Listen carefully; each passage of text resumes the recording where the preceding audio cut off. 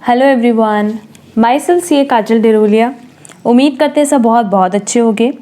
हमारा आज का जो सेशन है वो बेसिकली बेस्ड है on true and false statement.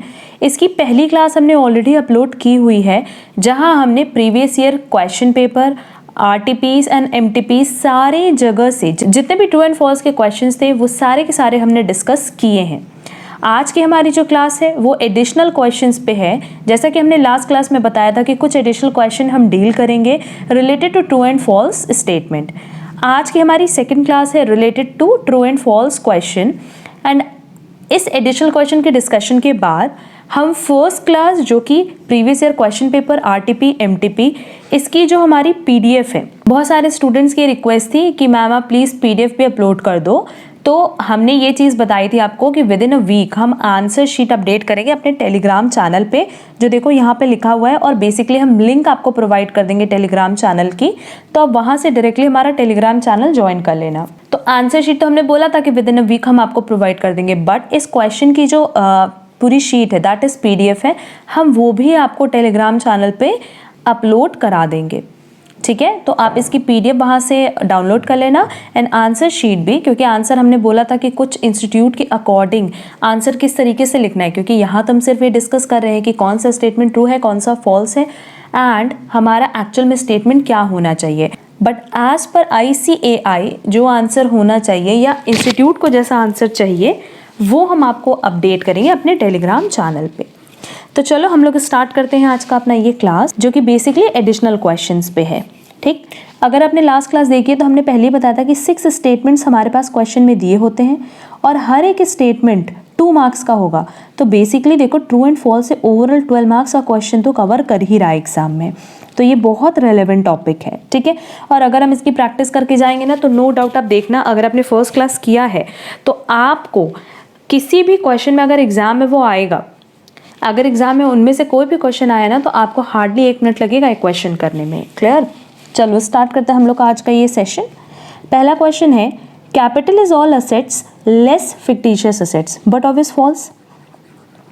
क्योंकि क्वेश्चन में क्या कह रहा है, कैपिटल क्या होता है, ये तो हम सबको पता है कि capital plus liability is equal to asset होता है ना। तो कह रहा है कि कैपिटल मतलब क्या, asset, less fictitious asset, but less liabilities भी तो होना चाहिए। तो यहाँ सीधे सीधे बस इतना होना चाहिए था। आंसर हम लोग कैसे लिखेंगे, देखो लिखेंगे फॉल्स। ठीक है, capital is all assets less fictitious assets less external liabilities, that is outside जितनी भी लायबिलिटीज हैं उनका भी हम यहाँ पे डिडक्शन करते हैं। Clear, next question, equity plus long term liability minus current liability is equal to fixed asset plus current asset, but obvious ये भी स्टेटमेंट फॉल्स है, क्योंकि equity plus long term liability plus current liability is equal to fixed asset plus current asset होगा। ये question तो simple था। Next, prudence is a concept to recognise unrealised profit and not losses. हम first class से बता रहे हैं कि प्रूडेंस मतलब किसकी बात कर रहा है, बात कर रहा है कंजर्वेटिज्म कॉन्सेप्ट की। और कंजर्वेटिज्म कॉन्सेप्ट एक ऐसा कॉन्सेप्ट है जो कहता है कि कोई भी एंटिसिपेटेड फ्यूचर लॉस है, कोई भी एंटिसिपेटेड फ्यूचर लॉस है तो आज से ही आप उसके लिए प्रिपरेशन करके चलो in the form of provision. But अगर किसी तरह का कोई एंटिसिपेटेड फ्यूचर गेन है तो आप उसको कंप्लीटली इग्नोर कर दो। तो बट ऑब्वियस ये जो क्वेश्चन है ये क्या होगा, आंसर इसका फॉल्स होगा, क्योंकि प्रूडेंस एक ऐसा कॉन्सेप्ट है जो प्रॉफिट को नहीं बल्कि लॉस को रिकॉग्नाइज करने के लिए बोलता है। तो सिंपली हम इसका आंसर क्या लिख सकते हैं, false, because prudence is a concept to recognise future और anticipated losses and not profit. Clear, next, as per AS1 fundamental accounting assumptions are going concern, full disclosure and accrual concept. देखो assumption पूछा है, assumption 3 ही होते हैं as per AS1। पहला होगा going concern, दूसरा accrual concept और तीसरा फुल डिस्क्लोजर नहीं था बल्कि कंसिस्टेंसी था, याद होगा। तो सिंपली आंसर क्या लिखेंगे, false. As per AS1 fundamental accounting assumptions are going concern, consistency and accrual concept. Clear, next, as per concept of conservatism the accountant should provide for all possible losses but should not anticipate income। सही है, यही तो conservatism concept बताता है, that is true. और अगर true है तो हमने पहले बताया था कि यही स्टेटमेंट कॉपी करेंगे। As per concept of conservatism the accountant should provide for all possible losses but should not anticipate income. Next, the economic life of an enterprise is artificially split into periodic intervals in accordance with the going concern assumption। देखो, going concern assumption मतलब होता है जहां हम ये मान करके चलते हैं कि हमारा बिजनेस इन्फिनाइट ईयर्स तक चलेगा, दैट इज लॉन्ग रन तक। हम कोई भी बिजनेस स्टार्ट करते हैं ना तो हमारा कभी भी मोटिव नहीं होता कि हम उसको आज के आज या फिर अगले साल या एक साल में बंद कर देंगे। हमारा हमेशा मोटिव होता है कि हम उस बिज़नेस को लॉन्ग रन में चलाएंगे, that is for infinite years.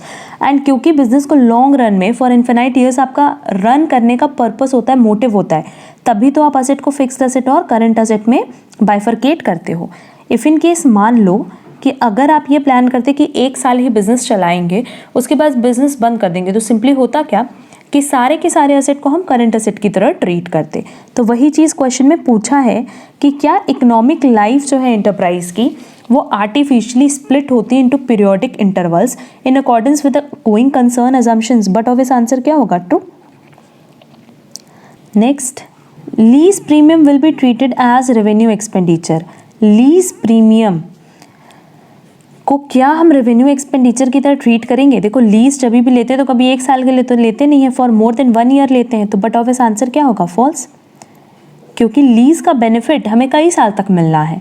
तो ये रेवेन्यू एक्सपेंडिचर नहीं बल्कि कैपिटल एक्सपेंडिचर होगा। क्लियर? लीज पे हम लोग हमेशा क्या लेते हैं, जैसे बिल्डिंग है या कोई फैक्ट्री है, उसको लीज पे लेते हैं चलाने के लिए। तो लीज हमेशा फॉर मोर देन 1 ईयर होती है और उसका बेनिफिट हमेशा फॉर मोर देन 1 ईयर होगा। Clear? Next, amount received by the issue of debentures is a capital receipt, but obvious true, क्योंकि अगर हम इशू कर रहे हैं डिबेंचर्स को और उससे कोई पैसा मिल रहा है तो बट ऑब्वियस वो कैपिटल आइटम ही तो है ना, क्योंकि हमें पता है कि आज तो हमें पैसा मिलेगा बट हमें फ्यूचर में उसका पेमेंट करना पड़ेगा। Next, capital expenditure is done to restore the efficiency of an asset. इसका आंसर क्या होगा? फॉल्स, क्योंकि कैपिटल एक्सपेंडिचर एक ऐसा खर्चा होता है जो असेट की एफिशिएंसी को इंक्रीज या इम्प्रूव करने के लिए होता है, ना कि रीस्टोर। रीस्टोर मतलब तो कह रहा है कि जैसा असेट है उसको वैसे बनाए रखने के लिए, नहीं, उसको वैसे बनाए रखने के लिए नहीं बल्कि उसको टाइम के साथ इम्प्रूव करने के लिए हम कोई अगर खर्चा करते हैं तो उसको कैपिटल एक्सपेंडिचर कहते हैं। अगर इसको रीस्टोर करने के लिए कोई खर्चा कर रहे होते तो उसको हम क्या बोलते हैं? Revenue expenditure. Clear? Next, revenue loss is not the same thing as revenue expenditure. True है। रेवेन्यू एक्सपेंडिचर एक ऐसा एक्सपेंस है जो कि बेसिकली खर्चा इसलिए किया जाता है ताकि उसका हम कुछ बेनिफिट रिसीव कर सकें, वो भी कितने टाइम तक? For a current year only. But अगर रेवेन्यू लॉस की बात करो तो रेवेन्यू लॉस मतलब क्या है? जो नॉर्मल कोर्स ऑफ बिजनेस में होता है एंड प्रोवाइड्स नो बेनिफिट। इसका क्या हमें कोई बेनिफिट मिलता है? नहीं मिलता है। और ये अगर देखा जाए तो नॉर्मल कोर्स ऑफ बिजनेस जब हम कंडक्ट करते हैं, मतलब जो day to day business conduct करते हैं, तो उसमें हमें कई बार रेवेन्यू लॉस होता है, ठीक। बट ये रेवेन्यू लॉस से कोई बेनिफिट नहीं होता। बट अगर रेवेन्यू एक्सपेंडिचर की बात करें तो ये एक ऐसे खर्चे हैं जो कि ऑर्गेनाइजेशन बियर करती है और इसका बेनिफिट उसको करंट ईयर्स तक मिलता है। जैसे अगर वो किसी एम्प्लॉय को सैलरी दे रही है तो एटलीस्ट वो एम्प्लॉय इस साल तो काम करेगा, इस साल तो सर्व करेगा, ठीक है। Next, any expenditure which increases a value of fixed assets is termed as capital expenditure. सही है, क्योंकि अगर आप कोई भी खर्चा कर रहे हो जिससे फिक्स्ड एसेट की वैल्यू बढ़ जाए, यूजफुल लाइफ बढ़ जाए, उसकी एफिशिएंसी इंप्रूव हो जाए, वही तो कैपिटल एक्सपेंडिचर है। क्योंकि खुद सोचो ना, एक ऐसा खर्चा जिसका बेनिफिट हमें लॉन्ग रन तक मिले या एक साल से ज़्यादा के लिए मिले, तो वही कैपिटल एक्सपेंडिचर होता है। तो यहाँ अगर value of fixed assets increase हो रही है तो उस खर्चे को क्या बोलेंगे? कैपिटल एक्सपेंडिचर, क्योंकि उसका बेनिफिट हमें कई सालों तक मिलेगा। क्लियर? देखेंगे next, preliminary expenses are classified under deferred revenue expenditure। preliminary expenses deferred revenue expenditure की कैटेगरी में नहीं ट्रीट होता है। अगर आप लोग बोलोगे एज पर अकाउंट्स तो ये ट्रीट नहीं होता, क्योंकि एज पर AS 26 अकाउंटिंग स्टैंडर्ड 26 ये कहा गया है कि प्रिलिमिनरी एक्सपेंसेस क्या होता है? Incorporation cost, that is registration cost, और जिस साल ये इनकर करेंगे उसी साल आप इसको पूरा राइट ऑफ कर लो। क्लियर? बट अगर इनकम टैक्स में बात करें तो इनकम टैक्स में हम इसको 5 साल तक राइट ऑफ करते हैं, तो इनकम टैक्स के अकॉर्डिंग ये डिफर्ड रेवेन्यू एक्सपेंडिचर है, बट एज पर अकाउंट्स ये डिफर्ड रेवेन्यू एक्सपेंडिचर नहीं है। Next, wages paid to workers for erecting machines will be treated as a revenue expenditure। देखो बात किया किसकी, इरेक्शन की। और इरेक्शन मतलब क्या होता है, जब स्टार्टिंग में हम किसी मशीन को इंस्टॉल करते हैं या कह लो किसी मशीन को पूरी तरीके से खड़ा करना, स्टार्ट करना, इंस्टॉल करना, उस टाइम जो भी आप वेजेस पे करते हो लेबर्स को, उसको हम रेवेन्यू एक्सपेंडिचर की तरह नहीं बल्कि कैपिटल एक्सपेंडिचर की तरह ट्रीट करते हैं, क्योंकि उसको पूरी तरीके से कैपिटलाइज करते हैं। तो आंसर होगा false. Next, capital receipts are either shown as an increase in liabilities or as a reduction in the value of assets। इसका आंसर हम सबको पता है कि आंसर ट्रू होगा। Reason being capital receipt balance sheet में किस साइड दिखाया जाता है, लाइबिलिटी साइड। इसका हमने एग्जाम्पल भी दिया था बैंक लोन, तो नो डाउट ये लाइबिलिटी बढ़ाएगा या असेट्स की वैल्यू को घटाएगा। जैसे कि अगर मान लो हम इसका पेमेंट कर दें तो असेट की वैल्यू डिक्रीज हो जाएगी। क्लियर। नेक्स्ट, और देखो हम सीधे सीधे यही चीज़ बता रहे कि आंसर ट्रू है या फॉल्स। और स्टेटमेंट की अगर बात करेंगे तो वो स्टेटमेंट अगर ट्रू है तो पूरा पूरा एज इट इज़ लिखेंगे, और अगर फॉल्स है तो देखो क्वेश्चन नंबर 13 में हमने बताया कि बस इसकी जगह हम लोग क्या लिख देंगे, कैपिटल एक्सपेंडिचर। ठीक है। Next, money spend to reduce working expenses is treated as capital expenditure. ये क्वेश्चन हमने पहले भी डिस्कस किया है कि अगर हम बात करें वर्किंग एक्सपेंसेस की, तो वर्किंग एक्सपेंसेस मतलब जो डे टू डे हमारे खर्चे होते हैं। अगर डे टू डे एक्सपेंसेस को डिक्रीज करने के लिए हम कोई खर्चा कर रहे हैं तो नो डाउट उसका बेनिफिट लॉन्ग टर्म में मिलने वाला है। खुद सोचो कि अगर वर्किंग एक्सपेंसेस डिक्रीज कर रहा है, मतलब day to day expense decrease कर रहा है, तो उसका बेनिफिट सिर्फ एक साल नहीं मिलेगा बेटा, उसका बेनिफिट हमें कई साल तक मिलने वाला है। तो क्या ऐसे खर्चे को कैपिटल एक्सपेंडिचर कहते हैं? हाँ, क्योंकि इस खर्चे का बेनिफिट हमें लॉन्ग रन में मिलेगा। तो आंसर क्या हो जाएगा, true. Next, interest paid on purchase of an asset in all cases will be treated as capital expenditure. Simply इसका आंसर फॉल्स हो जाएगा, क्योंकि यहाँ पे एक सबसे बड़ा टर्म जो गलत यूज किया है वो है ऑल। हर केसेस में मतलब कह रहा है कि हम अगर मान लो असेट परचेज करते हैं और उस असेट को हमने लोन के अगेंस्ट परचेज किया, मतलब मार्केट से लोन उठाया और उस असेट को परचेज किया, तो इस लोन पे आपको इंटरेस्ट पे करना पड़ेगा मैम। अब क्या ये इंटरेस्ट हर बार कैपिटलाइज होगा? नहीं, ऐसा नहीं होता है। क्लियर। देखो सिंपली इसका रूल क्या होता है हम ये भी बता देते हैं कि इंटरेस्ट का रूल ये होता है कि जिस साल आप प्रोडक्शन कर रहे हो या कंस्ट्रक्शन पीरियड चल रहा है, हमने क्या बोला कि जब तक प्रोडक्शन या कंस्ट्रक्शन पीरियड चलता है तब तक का जो इंटरेस्ट है वो कैपिटलाइज होता है, that is capital expenditure. And एक बार आपने असेट पुट टू यूज़ किया, मतलब यूज़ करना स्टार्ट कर दिया, तो उसके बाद भी तो आपको इंटरेस्ट पे करना पड़ेगा, क्योंकि ऐसा तो है नहीं कि आप लोन वन टाइम में पे कर दोगे। तो उस इंटरेस्ट को हम कैपिटलाइज नहीं करते हैं, बल्कि कहाँ ट्रीट करते हैं बेटा, रेवेन्यू की तरह ट्रीट करते हैं, that is revenue item. Clear है। हम इसका एक और छोटा एग्जांपल देते हैं कि लेट्स से हमने बैंक से लोन लिया है 10 लाख का और इससे हमने एक असेट परचेज कर ली 10 लाख की। अब इस असेट का जो टाइम पीरियड है, क्योंकि 10 लाख पे करने में हमें टाइम लगेगा, तो इस असेट से जब तक हम मतलब जैसे कि अगर ड्यूरिंग द प्रोडक्शन या फिर ड्यूरिंग कंस्ट्रक्शन जो पीरियड इंटरेस्ट लग रहा है उसको हम capitalise, that is capital expenditure की तरह ट्रीट करते हैं। एंड जब हमने इस असेट को पुट टू यूज़ कर दिया, मतलब यूज़ करना स्टार्ट कर दिया, तो उस केस में जो भी इंटरेस्ट लगेगा उसको हम चार्ज करते हैं एज रेवेन्यू एक्सपेंडिचर। तो क्या सारे केसेस में इसको कैपिटलाइज करते हैं? नहीं, आंसर क्या होगा, false. Clear. Next, a building of book value 45,000 got demolished and a new building having a book value 17 lakh was constructed. Thus 45,000 is a revenue loss and 17 lakh is a capital receipt. अब देखो अगर हम लोग बात करें 14,000 की, तो 14,000 तो रेवेन्यू लॉस है क्योंकि ये डिमोलिश्ड होने की वजह से हुआ। बट जो नई बिल्डिंग हमने कंस्ट्रक्ट की है 17 लाख की, तो हमने तो पहले बताया ना कि अगर हम असेट को खरीद रहे हैं या बना रहे हैं तो वो कैसा खर्चा होगा, कैपिटल एक्सपेंडिचर। तो ये रिसीट नहीं होगा बल्कि कैपिटल एक्सपेंडिचर होगा। तो इसका आंसर क्या हो जाएगा, false.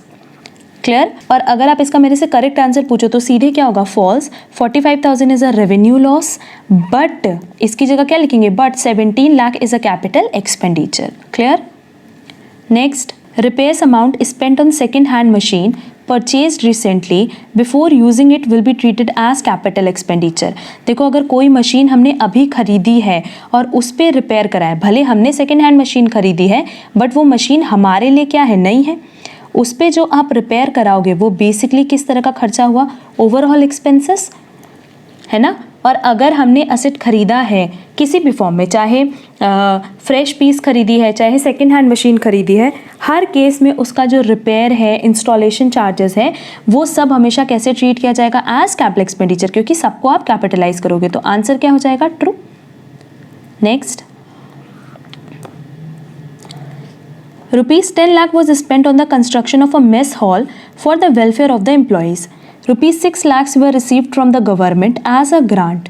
In this case, rupees 4 lakh will be treated as capital expenditure and rupees 6 lakh as capital receipt. Question में ये चीज़ कह रहा है कि 10 लाख हमने किसके लिए खर्चा किया है?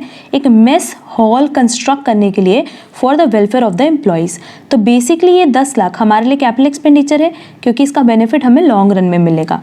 अब इस 10 लाख में से 6 लाख हमें गवर्नमेंट की तरफ से सब्सिडी के फॉर्म में मिला, ग्रांट के फॉर्म में मिला।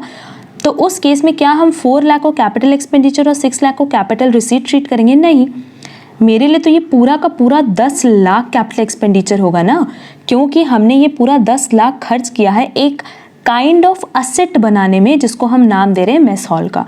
और इस मेस हॉल का बेनिफिट हमें लॉन्ग रन में मिलने वाला है। तो आंसर क्या हो जाएगा? फॉल्स। और अगर करेक्ट आंसर पूछोगे तो करेक्ट आंसर होगा रुपीज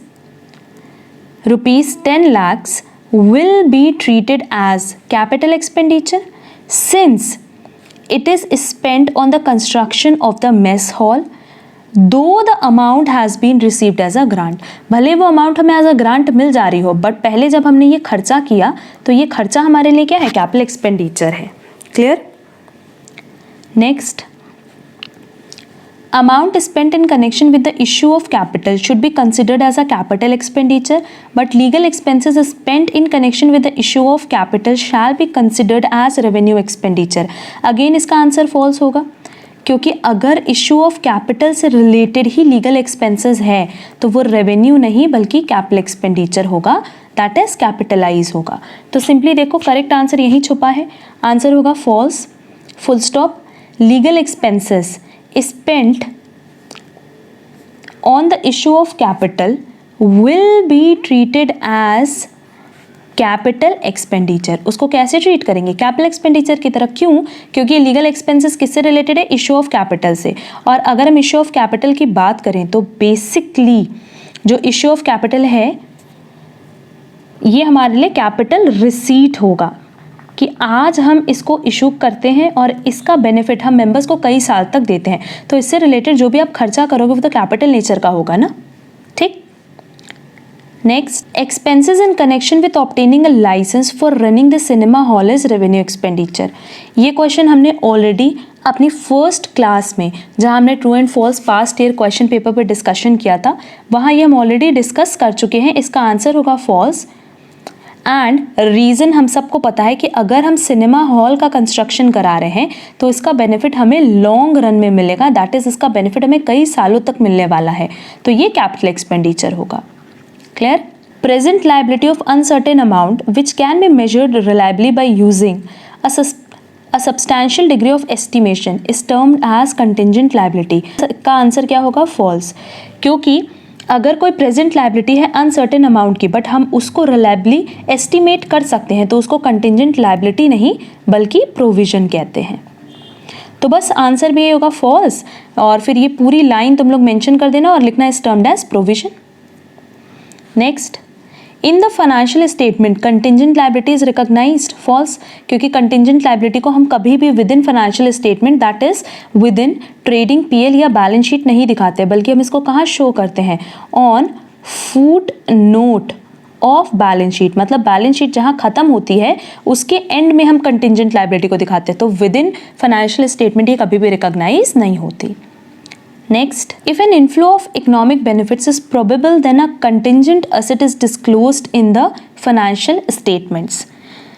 But obvious false, क्योंकि देखो एक सबसे बड़ी गलती इसमें क्या लिखी है, कह रहा है कि अगर inflow of economic benefits probable है तब उस केस में जो कंटिंजेंट असेट है उसको हम कभी भी फाइनेंशियल स्टेटमेंट्स में नहीं दिखाते हैं, बल्कि उस रिपोर्ट में दिखाते हैं जो कि अप्रूविंग अथॉरिटी के लिए बनती है ना। is disclosed in the report of the approving authority. जो उसको अप्रूव करेगा उसकी रिपोर्ट में दिखाते हैं, ना कि डायरेक्टली फाइनेंशियल स्टेटमेंट में। क्लियर है? तो basically board of directors he approving, अगर हम लोग बात करें अप्रूविंग अथॉरिटी की तो वो बोर्ड ऑफ डायरेक्टर्स होते हैं। बोर्ड ऑफ डायरेक्टर्स ये डिसाइड करते हैं कि उसको हमें बुक्स में दिखाना है या नहीं। हम डायरेक्टली उसको फाइनेंशियल स्टेटमेंट्स में नहीं दिखा सकते। Next, contingent asset usually arises from unplanned or unexpected events that give rise to the possibility of an outflow of economic benefits to the business entity. False, क्योंकि इस पूरे स्टेटमेंट में सिर्फ आउटफ्लो गलत लिखा है, इसकी जगह क्या होगा? इनफ्लो। कंटिंजेंट असेट क्या होता है? इनफ्लो होता है ना। अगर कंटिंजेंट लायबिलिटी होती तब वो होता आउटफ्लो। क्लियर? सिर्फ डेफिनेशन बेस था। Next, wages paid for erection of machinery is debited to PL account. Again ये फॉल्स है, क्योंकि अभी हमने बताया कि इरेक्शन मतलब क्या, जब हम मशीन को इंस्टॉल करते हैं या जब स्टार्टिंग में मशीन को बनाते हैं तो उस टाइम जो भी आप वेजेस पे करते हो तो बेसिकली आप उसको कैपिटलाइज करते हो, या फिर हम कह सकते हैं कि इस केस में आपको मशीन में ही उसको डेबिट कर देना है, दैट इज मशीन अकाउंट का ही वो पार्ट बनेगा। तो शुड बी, सीधे सीधे आंसर क्या हो जाएगा? False. Wages paid for erection of machinery is a capital expenditure, so it should be debited to machinery account. Clear? Next, the balance in the cash book shows net income. Again false, क्योंकि अगर हम बात कर रहे हैं opening balance की या closing balance की तो कैश बुक हमेशा किसका बैलेंस शो करता है बेटा? कैश इन हैंड का। क्लियर? अगर ये क्लोजिंग बैलेंस है तो ये cash in hand at the end of the period होगा, और यही अगर मान लो यहाँ ओपनिंग बैलेंस होता तो cash in hand at the opening of the period. तो आंसर क्या हो जाएगा? फॉल्स, क्योंकि वो नेट इनकम कभी भी शो नहीं करता। Next, the debts written off as bad if recovered subsequently are credited to debtors account. Again false, क्योंकि अगर बैड डेट रिकवर्ड होता है तो हम उसको क्रेडिट तो करते हैं, पर कहाँ? बैड डेट रिकवर्ड अकाउंट में, है ना। और इसको हम कहाँ दिखाते हैं? पीएल में, credit side of P L. P L में क्रेडिट साइड दिखाते हैं, रीजन बीइंग हमारी इनकम है। क्लियर?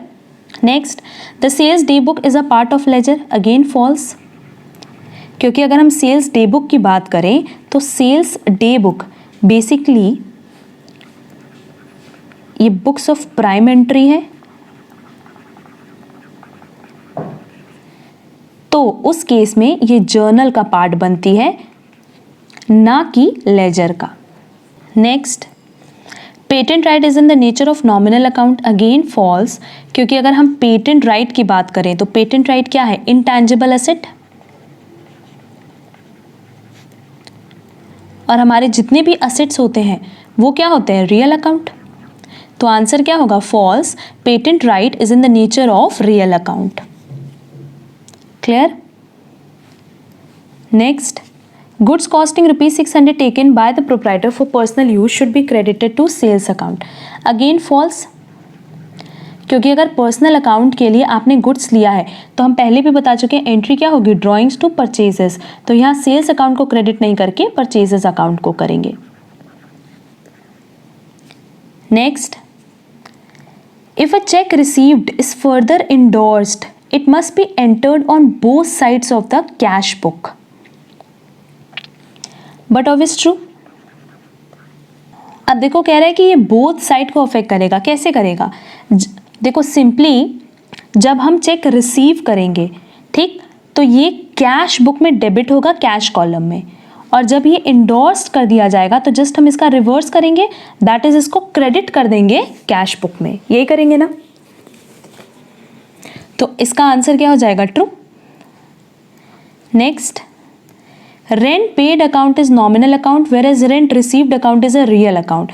देखो रेंट पेड हो या रेंट रिसीव्ड हो, रेंट पेड क्या है? ये मेरा एक्सपेंसेस है, और रेंट रिसीव्ड क्या है? ये इनकम है। और अगर हम बात करें इनकम की या एक्सपेंसेस की तो ये दोनों ही मेरे लिए क्या होता है? Nominal account.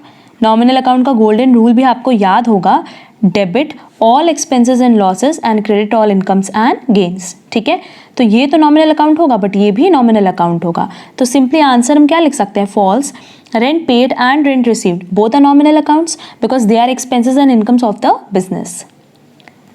ठीक। Next, a tally trial balance is a conclusive proof of accuracy of books of account. False, ये हम पहले भी डिस्कस कर चुके हैं। अगर आपका ट्रायल बैलेंस मैच भी हो जा रहा है तो भी बुक्स की एक्यूरेसी को ये कभी भी जज नहीं कर सकता, सिंपली बिकॉज ये अर्थमेटिकल एक्यूरेसी चेक करता। और सेम क्वेश्चन हमने पहले भी डिस्कस किया है फर्स्ट क्लास में। Next, opening, closing, rectifying, adjusting entries are recorded in journal proper. True. और अब ट्रू के लिए जस्टिफाई क्या करोगे, सीधे लिखोगे true. All the opening, closing, rectifying and adjusting entries are recorded in journal proper because they are not recorded in any other subsidiary books, क्योंकि किसी भी सब्सिडरी बुक्स में और रिकॉर्ड नहीं होता। Next, sale of office furniture should be credited to sales account. Again false, क्योंकि यहाँ पे देखो बात कर रहा है ऑफिस फर्नीचर की, जो कि हमारे लिए क्या है बेटा, असेट है। और सेल्स अकाउंट रिलेटेड किससे होता है, टू गुड्स, है ना। तो सेल्स अकाउंट क्योंकि गुड्स से रिलेटेड होता है तो उसमें तो ये नहीं जाएगा, बल्कि ये कहाँ क्रेडिट होगा, फर्नीचर अकाउंट में। क्योंकि ऑफिस फर्नीचर को जब आप सेल करें तो बेसिकली कैपिटल रिसीट है, ये असेट्स को डिक्रीज करेगा, है ना। तो अगर हम सेल करें ऑफिस फर्नीचर का तो सिंपली देखो ना, एंट्री क्या होता है, cash account debit to furniture. तो फर्नीचर में ना क्रेडिट होगा, सेल्स अकाउंट में थोड़ी क्रेडिट होगा। Clear. Next, the balance in the petty cash book represents expenses. Again false, क्योंकि अगर हम पेटी कैश बुक की बात करें तो पेटी कैश बुक में जो बैलेंस होता है वो बिजनेस के लिए क्या होता है, असेट होता है, ना कि एक्सपेंसेस। क्योंकि बेसिकली पेटी कैश बुक क्या होता है कि जो कैशियर होता है, हम उनको मतलब बिजनेस उनको छोटा मोटा अमाउंट पे करता है सो दैट वो प्रिंटिंग स्टेशनरी का खर्चा और बाकी जो day to day office expenses है उनका खर्चा वो निकाल सके। और बाकी वहाँ से जो भी बैलेंस बचता है वो बैलेंस तो कैश का ही है ना, ठीक है, तो रहेगा क्या, वो asset. Next, the purchase day book is a part of ledger. Again false, जैसे सेल्स डे बुक नहीं है वैसे परचेज डे बुक भी लेजर का पार्ट नहीं है, बल्कि ये बुक ऑफ ओरिजिनल एंट्री है, या कह सकते हैं कि ये जर्नल का पार्ट है। ठीक। नेक्स्ट, इन अ कैश बुक डिस्काउंट कॉलम में शो आइदर डेबिट बैलेंस और क्रेडिट बैलेंस। अगेन फॉल्स, क्योंकि अगर हम कैश बुक की बात करें, तुम लोग को याद हो कैश बुक, तो कैश बुक में बोथ साइड डिस्काउंट कॉलम हम बना सकते हैं, बट कभी भी इसको टैली नहीं करते, तो ना डेबिट बैलेंस होगा ना क्रेडिट बैलेंस होगा। सिंपली इसका आंसर हम क्या लिखेंगे, फॉल्स। और आगे स्टेटमेंट लिखेंगे, discount column of a cash book are totalled but never balanced. हम उसको टोटल करते हैं पर कभी भी बैलेंस नहीं करते। These are totalled and transfer to discount allowed and discount received account respectively. यही ना करते हैं कि जब कैश बुक बनाते हैं तो यहाँ पे डेबिट में जो डिस्काउंट का टोटल आता है वो हमारे लिए क्या हो गया, डिस्काउंट अलाउड, और जो क्रेडिट में है वो इनकम है तो वो हो गई डिस्काउंट रिसीव्ड। तो टोटल करेंगे पर बैलेंस कभी भी नहीं करेंगे, नेट ऑफ नहीं करेंगे। Clear. Next, purchase book records all purchases of goods। false, क्योंकि यहाँ पे सिर्फ और सिर्फ क्या रिकॉर्ड किया जाता है, credit purchases of goods. Cash purchases of goods की बात करें तो वो कैश बुक में रिकॉर्ड होता है। Next, the sales book is kept to record all sales. Again false, again यहाँ पे भी क्या है कि ये सिर्फ क्रेडिट सेल्स को रिकॉर्ड करता है, और वो भी किसकी, ऑफ गुड्स। ऑल सेल्स में तो सब आ जाएगा, चाहे फिक्स्ड एसेट हो चाहे गुड्स हो, बल्कि सेल्स बुक सिर्फ और सिर्फ किसको रिकॉर्ड करता है, गुड्स को, वो भी कौन सी sale, credit sale of goods. Cash sale यहाँ पे भी रिकॉर्ड नहीं होती। Clear. Next, the debit note issued are use to prepare sales return book. ये हम पहले भी बताए हैं कि इसका आंसर फॉल्स होगा। अगर सेल्स रिटर्न बुक के लिए बोले तो क्रेडिट नोट होता है, और डेबिट नोट की बात करें तो वो परचेज रिटर्न बुक के लिए होता है। Next, bank column of the cash book will show only a debit balance. नहीं, फॉल्स, क्योंकि अगर हम बैंक कॉलम की बात करें ऑफ कैश बुक तो ये क्रेडिट बैलेंस भी तो दिखाता है। याद होगा, डेबिट बैलेंस भी दिखा सकता है, क्रेडिट बैलेंस भी दिखा सकता है, मतलब बैलेंस इन हैंड भी दिखा सकता है और ओवरड्राफ्ट बैलेंस भी दिखा सकता है। क्लियर। देखेंगे next question, the interest charged by banker to customer on overdrawn account is called red ink interest but obvious false, क्योंकि इसको रेडिंग थोड़ी कहते हैं, इसको हम क्या कहते हैं बेटा, इंटरेस्ट ऑन ओवरड्राफ्ट। भाई अगर ओवरड्रॉन अकाउंट है मतलब एक्सेस मनी आपने विड्रॉ किया है तो उसको ओवरड्राफ्ट बोलते हैं, और उस पर आप इंटरेस्ट पे कर रहे हो। क्लियर। तो करेक्ट आंसर क्या हो जाएगा, false. The interest charge by banker to customer और on overdrawn account is called interest on overdraft. Next, bank reconciliation statement that is BRS is prepared to arrive at the bank balance. Again false. भाई हम तो अपना अलग से एक हम BRS जब भी बनाते हैं तो क्या हमारा मोटिव होता है किसी भी बैलेंस तक पहुंचने का? नहीं। बैंक रिकन्सिलिएशन स्टेटमेंट बनाने का मोटिव ये होता है कि अगर कोई डिफरेंस है किसके बीच में, between bank balance as per cash book and balance as per bank statement, अगर इसमें कोई डिफरेंस है, मतलब हमने जो कैश अकाउंट बनाया है उसमें और बैंक की पासबुक में अगर किसी तरह का कोई डिफरेंस है तो उसको रिकॉग्नाइज करने के लिए हम BRS बनाते हैं। क्लियर? तो इसका करेक्ट आंसर क्या हो जाएगा बेटा? False. BRS is prepared to reconcile the difference between the bank balance as per cash book and balance as per bank statement. Clear? Next, interest charged by the bank will be deducted when the overdraft as per cash book is a starting point for making the BRS. अब देखो question में कह रहा है कि हमने cash book बनाया और ये प्लस साइड है, ये माइनस साइड है, बट ये ओवरड्राफ्ट बैलेंस है। Interest charged by the bank, अगर मान लो यहाँ हम नीचे पासबुक बनाते तो interest charge by the bank ये इस साइड आता, ये इधर अफेक्ट करता ना। अगर स्टार्टिंग पॉइंट क्या है? ओवरड्राफ्ट है, तो क्या हम इस अमाउंट को डिडक्ट करेंगे? नहीं, हम तो इस ओवरड्राफ्ट बैलेंस में क्या करेंगे? ऐड करेंगे। तो आंसर अगेन इसका क्या हो जाएगा बेटा? False. Next, if the balance as per cash book and the passbook are the same, there is no need to prepare a bank reconciliation statement. False. Again हमने बताया कि भाई BRS हम क्यों बनाते हैं? So that हम रीज़न फाइंड आउट कर सकें डिफरेंस का, और डिफरेंस किस में होता है? कैश बुक में और पासबुक में। Even if the balance as per cash book and passbook are same, हो सकता है कि इसका बैलेंस और इसका बैलेंस इक्वल हो, बट स्टिल हो सकता है कि इनके बीच में कुछ ना कुछ डिफरेंस आए। क्लियर है मेरा पॉइंट? हो सकता है हमने इसको जहाँ भले ये दोनों इक्वल हो जाए, हमने क्या बोला, जो कैश बुक और पासबुक का बैलेंस है अगर ये इक्वल भी आए तो भी हम BRS बनाते हैं सो दैट हम ये देख सकें कि क्या इसमें किसी तरह का कोई डिफरेंस है क्या। ठीक है, तो आंसर क्या होगा? Again false. और इसका सिंपली आंसर क्या हो जाएगा? Correct answer, BRS is prepared to find out the reasons of difference in cash book and passbook even if the balance as per cash book and passbook are same. Clear? Next, अब देखो ये सब question simple हैं। कह रहा है salary paid to Ram will be debited to Ram's personal account. कभी भी नहीं, हमेशा कहाँ डेबिट करेंगे? Salary account debit to cash account. क्यों? क्योंकि ये क्या है? बिजनेस एक्सपेंस है। तो आंसर क्या हो जाएगा? False. Next, a promissory note can be made payable to the bearer. Again false. अगर हम प्रोमिसरी नोट की बात करें तो ये कभी भी बियरर को पेमेंट इसका नहीं होता। It is payable to or to the order of a certain person. Clear? ये पेबल कब होगा? जब कोई एक सर्टेन पर्सन ऑर्डर देगा या फिर जो इसकी डेट है, बट कभी भी पेबल टू द बियरर नहीं होगा। क्लियर?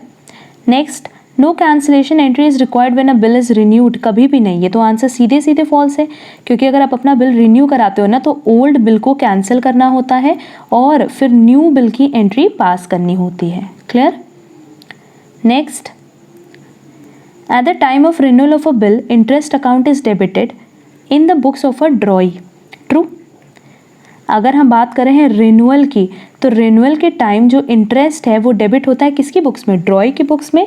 दैट इज जिसको पे करना है, जिसको पे करना है उसके लिए इंटरेस्ट क्या होगा? एक्सपेंस होगा, तो उसकी बुक में तो डेबिट ही होगा। तो आंसर क्या हो जाएगा? True. Next, a bill given to a creditor is called bills payable. True. Next, यहाँ पे क्रेडिटर है ना। Next, A has drawn a bill on B. B accepts the same and endorse the bill to C. A ने bill अगर draw किया है B पे तो A कौन होगा? A सेलर होगा और B कौन होगा? बायर। तो जो बायर है वो तो पे करेगा ना, तो उसने बिल्स पेबल की एंट्री डाली होगी और बिल्स रिसीवेबल की एंट्री कौन डालेगा? A। तो कह रहा है बी ने बिल एक्सेप्ट किया और इंडोर्स कर दिया सी को। वो कैसे इंडोर्स कर सकता है? बिल तो ए के पास है ना, तो ए इंडोर्स कर सकता है, बी नहीं। ठीक है, तो आंसर क्या होगा? False. C can not endorse a bill to C because he is, वो कौन है? ड्रॉई है, जिसको तो पेमेंट करना है। Only A the drawer can do it. Clear? Next, refusal by the acceptor to make payment of the bill on the maturity date is called retirement of the bill. Again false. यहाँ पे देखो simple question पूछा है कि अगर acceptor ने refuse कर दिया बिल का पेमेंट करने के लिए, कब? मैच्योरिटी डेट पे, तो क्या उसको रिटायरमेंट बोलते हैं? नहीं, उसको हम बोलते हैं डिसऑनर। ठीक है, रिटायरमेंट कब बोलते हैं? जब आप अर्ली पेमेंट करते बिल का, मतलब आप प्री पेमेंट कर देते अगर बिल का, तो उसको रिटायरमेंट कहते हैं। और अगर आप ड्यू डेट पे भी पेमेंट नहीं कर पाए तो उसको डिसऑनर ऑफ द बिल कहते हैं। तो आंसर क्या हो जाएगा? False. Next, promissory note requires acceptance. False. Promissory note does not require acceptance, only bills receivable requires acceptance. Promissory note में एक्सेप्टेंस की कोई क्लॉज ही नहीं है, बट बिल्स रिसीवेबल के केस में क्लॉज है, क्योंकि बिल्स रिसीवेबल या बिल्स ऑफ एक्सचेंज के केस में बिल कौन ड्रॉ करता है? सेलर, मतलब जिसको पैसा मिलना है। और प्रोमिसरी नोट कौन ड्रॉ करता है? जो बायर होता है, मतलब जिसको पैसा पे करना है। Next, cancelling old bill and drawing new bill is called renewal of bill. True, अभी ऊपर बताया भी है। Next, discount at the time of retirement of a bill is a gain for the ड्रॉई। True, ये हम फर्स्ट क्लास में discuss कर चुके हैं, दोबारा डिस्कशन की ज़रूरत नहीं है। Next, rectifying errors in subsequent accounting period always affect the profit और लॉस ऑफ दैट पीरियड। देखो कह रहा है कि रेक्टिफाइंग एरर्स है वो भी किससे रिलेटेड? सब्सिक्वेंट अकाउंटिंग पीरियड से रिलेटेड। तो पिछले अकाउंटिंग पीरियड या फिर सब्सिक्वेंट अकाउंटिंग पीरियड की बात करें तो ये किससे रिलेटेड होगा? आइदर पर्सनल और रियल अकाउंट से। और पर्सनल और रियल अकाउंट क्या प्रॉफिट लॉस को अफेक्ट करता है? नहीं करता, सिर्फ क्या अफेक्ट करता है? Nominal account. तो आंसर क्या हो जाएगा? False. Next, errors of principle involves an incorrect allocation of expenditure और receipt between capital and revenue. True, ये हम पहले भी डिस्कस कर चुके हैं। Next, wrong casting of subsidiary books does not affect the trial balance. False. Wrong casting of subsidiary books affect the trial balance, वो affect करता है because wrong total will be posted to its account and then to the trial balance. यहाँ wrong casting बोला है ना, तो भाई अगर आपने रॉन्ग बैलेंस किसी भी सब्सिडरी बुक से, लेट्स से परचेज बुक से ही आपने कैरी फॉरवर्ड किया, तो आप क्या करोगे? परचेज टू क्रेडिटर, और उसके बाद यही गलत बैलेंस आप ट्रायल बैलेंस में भी डालोगे, तो बट ऑब्वियस वो अफेक्ट होगा। तो आंसर क्या हो जाएगा? False. Next, if the amount is posted in the wrong account or it is written on the wrong side of the account, it is called error of commission. True, ये हम पहले भी discuss कर चुके हैं। Next, under or overcasting of a subsidiary book is an example of error of commission. Again true. Next, any type of error affects the agreement of trial balance. False, क्योंकि कह रहा है कि किसी भी तरह का कोई भी एरर हो तो क्या वो ट्रायल बैलेंस के अग्रीमेंट को, मतलब ट्रायल बैलेंस को अग्री नहीं होने देगा? ऐसा तो नहीं होता ना, क्योंकि कई सारे ऐसे एरर हैं, जैसे एरर ऑफ प्रिंसिपल है, कंपनसेटिंग एरर है, ये दोनों ऐसे एरर हैं जो होते भी हैं बुक्स में बट स्टिल हमारे ट्रायल बैलेंस अग्री कर जाती है। कंपनसेटिंग एरर का हम एग्जांपल भी दिए थे कि लेट्स से हमारे दो डेटर हैं ए और बी, हमें पैसा मिला बी से और हमने ए के लेजर को सेट ऑफ कर दिया, बट स्टिल हमारा डेटर का बैलेंस तो करेक्ट दिखेगा ना। तो यही कह रहे हैं कि कई ऐसे एरर्स होते हैं जिसकी वजह से ट्रायल बैलेंस के अग्रीमेंट को कोई फर्क नहीं पड़ता। तो आंसर क्या होगा? False. Next, purchase of office furniture has been debited to journal expenses account, it is compensating error. False. भाई कह रहा है कि जो परचेज किया ऑफिस फर्नीचर को, दैट इज असेट को, उसको हम कहाँ डाल रहे हैं? जर्नल एक्सपेंसेस अकाउंट, मतलब नॉर्मल खर्चे की तरह दिखा रहे हैं। तो ये एरर ऑफ प्रिंसिपल है, ना कि कंपनसेटिंग एरर। तो आंसर क्या हो जाएगा? False. Next, damaged inventory should be valued at cost और market price whichever is lower. False, क्योंकि यहाँ पे देखो किसकी बात किया? नॉर्मल इन्वेंट्री की बात नहीं किया, डैमेज्ड इन्वेंट्री की बात किया है। और डैमेज्ड इन्वेंट्री का वैल्यूएशन हमेशा होता है नेट रियलाइजेबल वैल्यू पे, मतलब वो जितने पे मार्केट में बिक जाए हम उस पे उसकी वैल्यूएशन करते हैं, ना कि कॉस्ट और market price whichever is lower पे। Next, finish goods are normally valued at cost और market price whichever is higher. Again false, क्योंकि हायर नहीं होगा, लोअर होगा। as per conservatism concept. Next, the inventory under AS2 is valued on the basis of cost price or current replacement cost, whichever is less. Again false. Cost price तो होगा पर क्या current replacement cost होता है? नहीं, net realisable value होगा या market price, whichever is less.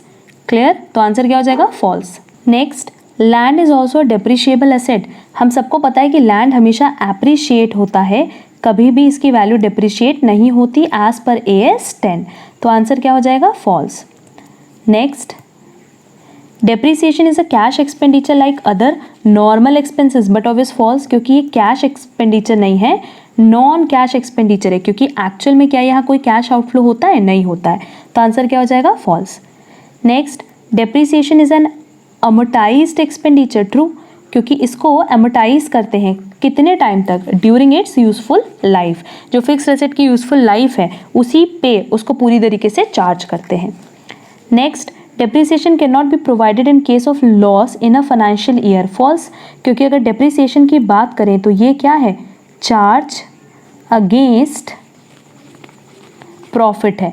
मतलब कंपनी को प्रॉफिट हो या लॉस हो उससे कोई फर्क नहीं पड़ता, ये खर्चा तो आपको बियर करना ही पड़ेगा. क्लियर? ये एप्रोप्रिएशन अगेंस्ट प्रॉफिट नहीं है कि अगर प्रॉफिट होगा तो देंगे, नहीं तो नहीं.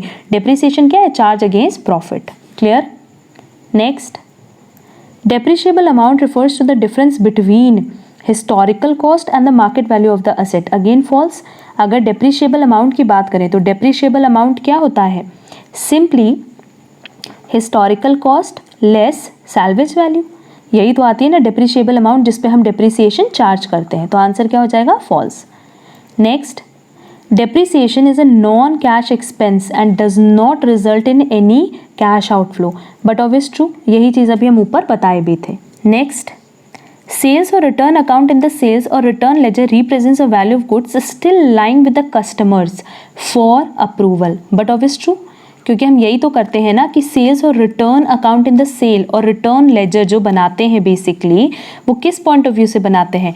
इस पॉइंट ऑफ व्यू से कि अभी हमारे पास कितना गुड्स ऐसा है जो कस्टमर के पास है और कस्टमर ने अभी तक उसके लिए अप्रूवल नहीं दिया है. दैट इज हम उसके अप्रूवल का वेट करते हैं. Clear? Next, profit and loss account shows the financial position of the concern. But obvious false, क्योंकि प्रॉफिट लॉस क्या शो करता है? सिर्फ और सिर्फ प्रॉफिट और लॉस शो करता है कंसर्न का. अगर फाइनेंशियल पोजीशन की बात करें तो वो बैलेंस शीट शो करती है. Next, profit and loss account is a point statement whereas a balance sheet is a period statement. Again false. अरे भाई, प्रॉफिट एंड लॉस अकाउंट एक पीरियड स्टेटमेंट होता है, मतलब फॉर द पीरियड एंडिंग बनता है. बट अगर balance sheet की बात करें तो ये एक पर्टिकुलर डेट के लिए बनता है, दैट इज एज एट और एट अ पर्टिकुलर पॉइंट के लिए ये बनाया जाता है. तो प्रॉफिट एंड लॉस अकाउंट में याद है हम लोग हमेशा क्या लिखते थे? For the year ending. इसका मतलब ये पूरे एक साल के लिए है. ठीक है? और बैलेंस शीट एक पर्टिकुलर डेट पे बनता है एज एट. तो आंसर क्या होगा? फॉल्स, क्योंकि profit and loss period statement है और बैलेंस शीट पॉइंट स्टेटमेंट है. Next, the provision for discount on debtors is calculated before deducting the provision for doubtful debts from debtors. Again false. पहले हम debtor में से क्या minus करते हैं? ये जो प्रोविजन फॉर डाउटफुल डेट्स है पहले इसको माइनस करते हैं, है ना? फिर ये हमारे पास जो रिमेनिंग फिगर आती है, ये जो रिमेनिंग फिगर आती है इसमें से हम provision for discount on debtor minus करते हैं. तो आंसर क्या हो जाएगा? False. Next, the gain from sale of capital assets need not be added to revenue to ascertain the net profit of a business. True. कह रहा है कि जो गेन होगा सेल ऑफ कैपिटल एसेट से उसको हमें रेवेन्यू में ऐड करने की जरूरत नहीं है अगर हमें बिजनेस का नेट प्रॉफिट जानना है तो. ऐसा ही होता है क्योंकि basically the profit on sale of capital asset should not be added to ascertain the net operating profit of a business. अगर हमें बिजनेस का नेट ऑपरेटिंग प्रॉफिट जानना है तो ऑपरेटिंग प्रॉफिट के लिए क्या हमें सेल ऑफ कैपिटल एसेट की जरूरत है? नहीं, ये तो अब नॉर्मल गेन है तो इसको ऐड करने की कोई ज़रूरत नहीं है. Next, under the liquidity approach assets which are most liquid are presented at the bottom of the balance sheet. False. Liquidity approach में क्या करते हैं कि जो जितना ज़्यादा लिक्विड होता है उसको पहले दिखाते हैं, जैसे कैश एंड कैश इक्विवेलेंट, और जो ज़्यादा परमानेंट आइटम होता है जैसे फिक्स्ड असेट्स लॉन्ग टर्म के लिए होता है उसको बाद में दिखाते हैं। क्लियर? तो आंसर क्या होगा? False. Next, the proprietor of a shop feels that he has made a loss due to closing stock being zero. False, क्योंकि सिर्फ क्लोजिंग स्टॉक के बेसिस पे क्या हम प्रॉफिट का कैलकुलेशन कर सकते हैं? नहीं। अगर हमें जीपी भी कैलकुलेट करना है ना तो हमें सेल्स की फिगर चाहिए, परचेजेस की फिगर चाहिए, ओपनिंग स्टॉक की फिगर चाहिए। और यहाँ कह रहा है कि सिर्फ इसलिए क्योंकि क्लोजिंग स्टॉक ज़ीरो है तो हम ये मान लेंगे कि लॉस होगा। कैसे मान सकते हैं?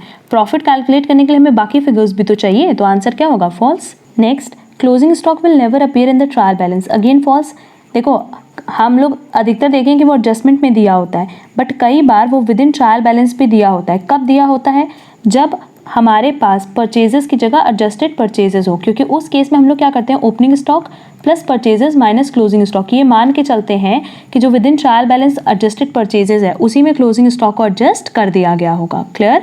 तो ऐसा नहीं है कि वो विद इन ट्रायल बैलेंस कभी शो नहीं कर सकते। Next, if closing stock appears in the trial balance, the closing inventory is then not entered in the trading account, it is shown only in the balance sheet. True? ये हम already पहले discuss कर चुके हैं। देखेंगे next, the additional commission to the consignee who agrees to bear the loss on account of bad debt is called overriding commission, but obvious false।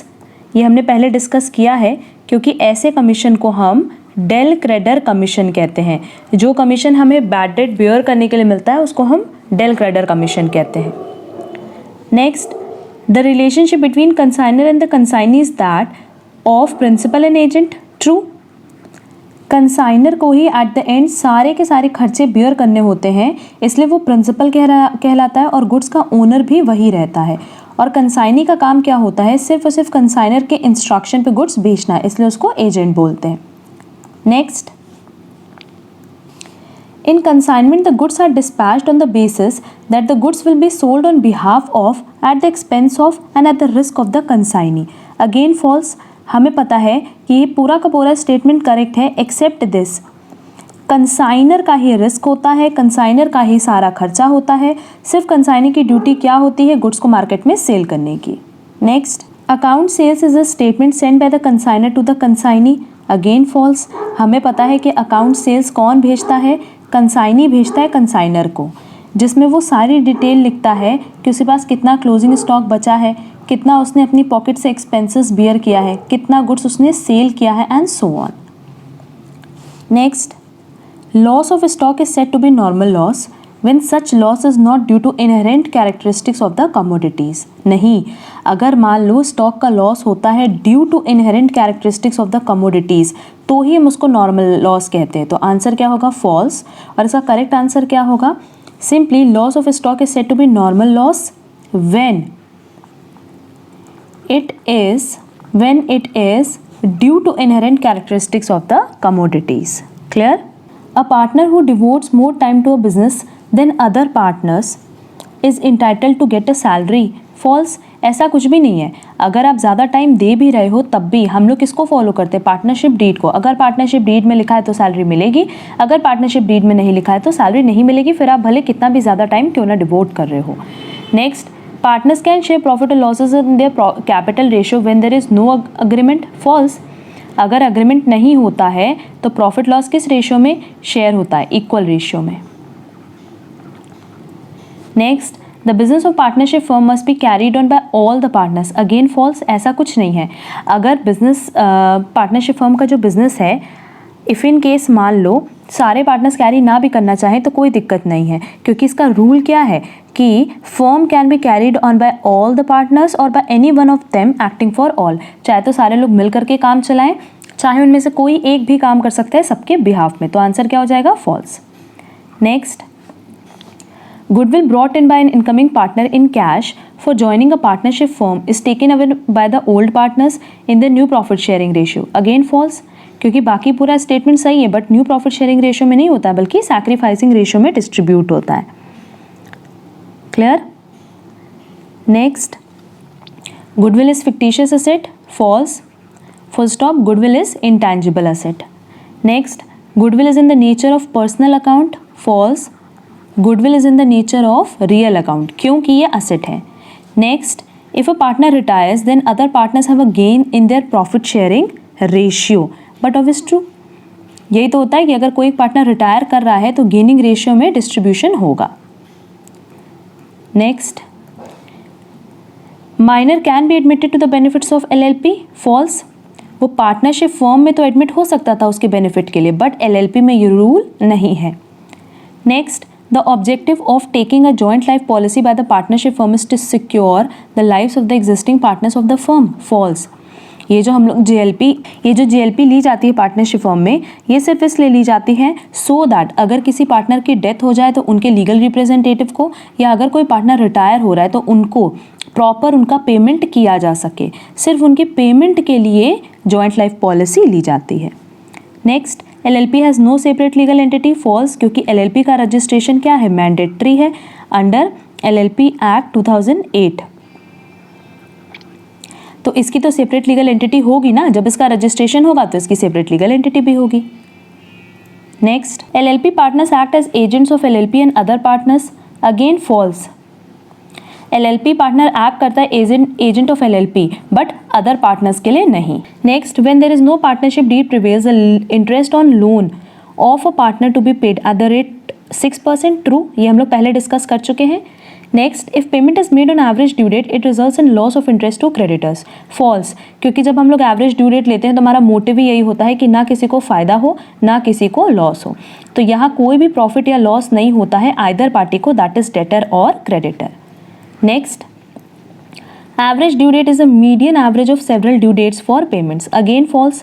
क्योंकि median average नहीं होता बल्कि मीन एवरेज होता है. Next, scholarship granted to students out of funds provided by the government will be debited to income and expenditure account. नहीं, ये तो false है क्योंकि ये जो स्कॉलरशिप दी जाती है ना, ये हम बैलेंस शीट में दिखाते हैं, वो भी लायबिलिटी साइड. ठीक. Next, receipts and payments account is a summary of all capital receipts and payments. false. क्योंकि ये summary तो होती है but all capital and revenue receipts and payments की होती है, फिर भले वो current year से related हो, past year से related हो या future year से. Next, if there appears a sports fund, the expenses incurred on sports activities will be taken to income and expenditure account. Again false. अगर sports fund है तो वो कहाँ दिखाया जाएगा, बैलेंस शीट में.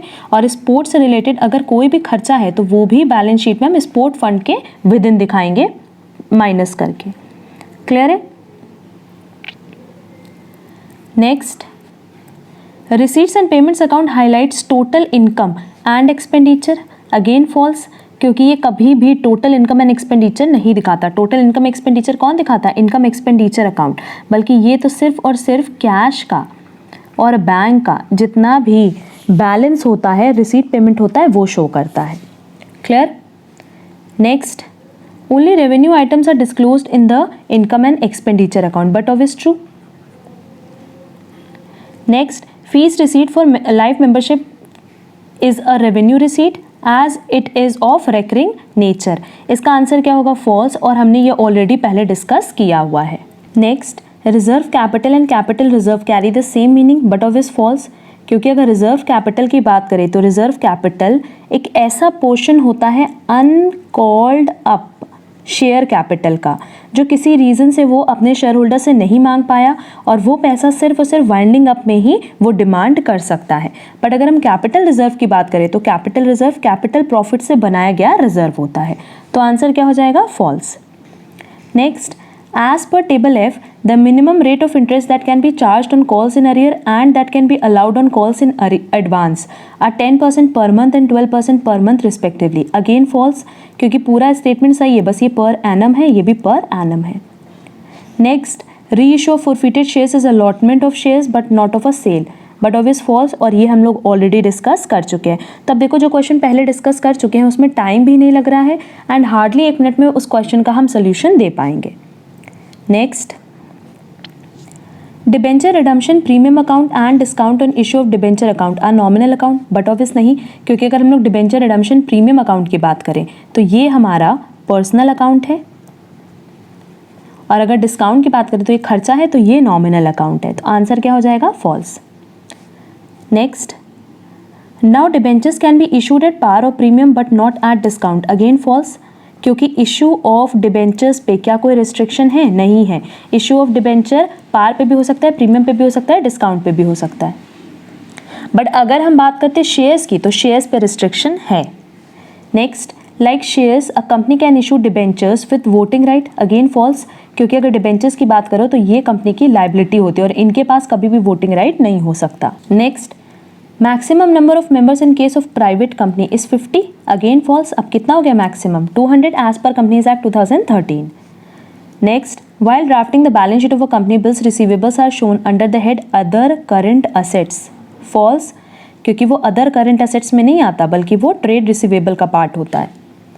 Next, when duration of operating cycle cannot be identified, it is assumed of 12 months, but obvious true, मतलब हम लोग उसको अज्यूम करते हैं कि हाँ अगर कुछ भी नहीं मेंशन है ऑपरेटिंग साइकिल तो 12 मंथ, दैट इज 1 ईयर का मान करके चलते हैं हमारा operating cycle.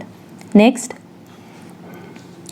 Securities premium receive by company is added to share capital while preparing the balance sheet of a company, again false, क्योंकि हम कभी भी उसको शेयर कैपिटल में ऐड नहीं करते हैं। सिक्योरिटी प्रीमियम हम लोग कहाँ दिखाते हैं? अलग से जो हेड होता है रिजर्व्स एंड सरप्लस का, उसमें शो करते हैं। जो शेयर होल्डर्स फंड बनाते हैं उसमें पहला होता है शेयर कैपिटल, फिर होता है रिजर्व्स एंड सरप्लस। तो ये कहाँ शो होता है? रिजर्व्स एंड सरप्लस में, ना कि शेयर कैपिटल में। It is mandatory for a company to deduct provision for bad and doubtful debts from trade receivable, again false, क्योंकि अगर हम चाहें तो जब हम लोग बैलेंस शीट बनाते हैं तो करंट लायबिलिटी के विद इन एक हम लोग हेडिंग बनाते हैं शॉर्ट टर्म प्रोविजन, और उस शॉर्ट टर्म प्रोविजन में हम ये provision for bad and doubtful dates दिखा सकते हैं। तो कोई कंपल्शन नहीं है ट्रेड रिसीवेबल से डिडक्ट करने का। Next, a company registered under Companies Act 2013 in India may prepare its balance sheet in horizontal form only, false, क्योंकि as per companies act 2013 horizontal तो खत्म हो गया। हर कंपनी को क्या फॉलो करना होगा? Vertical form as per schedule 3। Next, loss of stock is said to be abnormal loss when such loss is due to inherent characteristics of the commodities, again ये false है बेटा, क्योंकि अभी हमने बताया कि अगर due to inherent characteristics of commodities कोई लॉस होगा तो उसको हम क्या बोलेंगे? Normal loss. तो अब नॉर्मल लॉस कैसा लॉस हुआ? जो लॉस बाय फायर हो, लॉस बाय थेफ्ट हो एंड सो ऑन, ठीक। If the consignee is not authorized to get the DEL creditor commission, then he is liable for all losses on account of non-recovery of debts. False. भाई अगर उसको DEL creditor commission मिलेगा तब तो वो non recovery of dates के लिए के लॉसेस के लिए लाइबल होगा, अदरवाइज लाइबल नहीं होगा। Next, consignee has no right in the profit on goods sent on consignment, true, क्योंकि उसको प्रॉफिट में हिस्सा नहीं मिलता, उसको सिर्फ और सिर्फ क्या मिलता है? उसको सिर्फ क्या मिलता है बेटा? कमीशन। उसको प्रॉफिट में किसी भी तरह का कोई हिस्सा नहीं मिलता। And last question, if del credere commission is paid to consignee the loss of bad debt is to be borne by the consignor, again false, वो कौन बियर करेगा? कंसाइनी, ठीक है। अगर डेल क्रेडिटर कमीशन दिया जा रहा है तो बैड डेट बियर करेगा कंसाइनी, अगर डेल क्रेडिटर कमीशन नहीं दिया जा रहा तो लॉस कौन बियर करेगा? कंसाइनर। क्लियर? ये हमारा लास्ट क्वेश्चन था और हमने इसके पहले already past year question paper पे आरटीपी, एमटीपी, इसके जितने भी क्वेश्चंस आए हुए थे ट्रू एंड फॉल्स से रिलेटेड, उसका हमने ऑलरेडी डिस्कशन किया था। आज ही हमारी एडिशनल क्वेश्चन की क्लास थी और हमने पहले भी बताया था कि देखो अगर इस एक टॉपिक से बात करें तो 12 मार्क्स की एग्जाम में कवरेज होती है, प्लस ये मैंडेटरी क्वेश्चन होता है जो आपको अटेम्प्ट करना ही करना है। तो अगर आप प्रॉपर इसकी प्रैक्टिस करके जा रहे हो तो पहली चीज़ की तो हम गारंटी दे सकते हैं कि क्वेश्चन इसी में से बनेगा, एंड दूसरा ये 12 मार्क्स आपको पूरा मिल जाएगा। रीज़न बीइंग कि जब हम क्वेश्चन ऑलरेडी पढ़े हुए होते हैं तो वहाँ हमें दिमाग नहीं लगाना होता, एक तो हमारा वहाँ पे टाइम भी सेव होगा और दूसरा हमें ये 12 मार्क्स बहुत ही ईजिली गेन हो जाएगा, क्योंकि जब हमें क्वेश्चन पढ़ा हुआ है तो उसका आंसर करना हमारे लिए ईजी होता है, ठीक है। इस क्लास की एंड फर्स्ट क्लास की PDF प्लस आंसर शीट हम आपको अपने इंस्टाग्राम चैनल पे अपलोड कर देंगे। ये हमारा इंस्टाग्राम चैनल का नाम है, प्लस हम इंस्टाग्राम की लिंक आपको डिस्क्रिप्शन बॉक्स में प्रोवाइड कर देंगे। वहाँ टेलीग्राम चैनल ज्वाइन करके आप हमारा PDF क्वेश्चन का एज वेल एज आंसर का जो PDF है वो डाउनलोड कर लेना, ठीक है। अच्छा, आज के अगर किसी भी क्वेश्चन में कहीं कोई प्रॉब्लम होगी तो कमेंट बॉक्स में कमेंट करके ज़रूर पूछना। आज के लिए बस इतना। Thank you so much.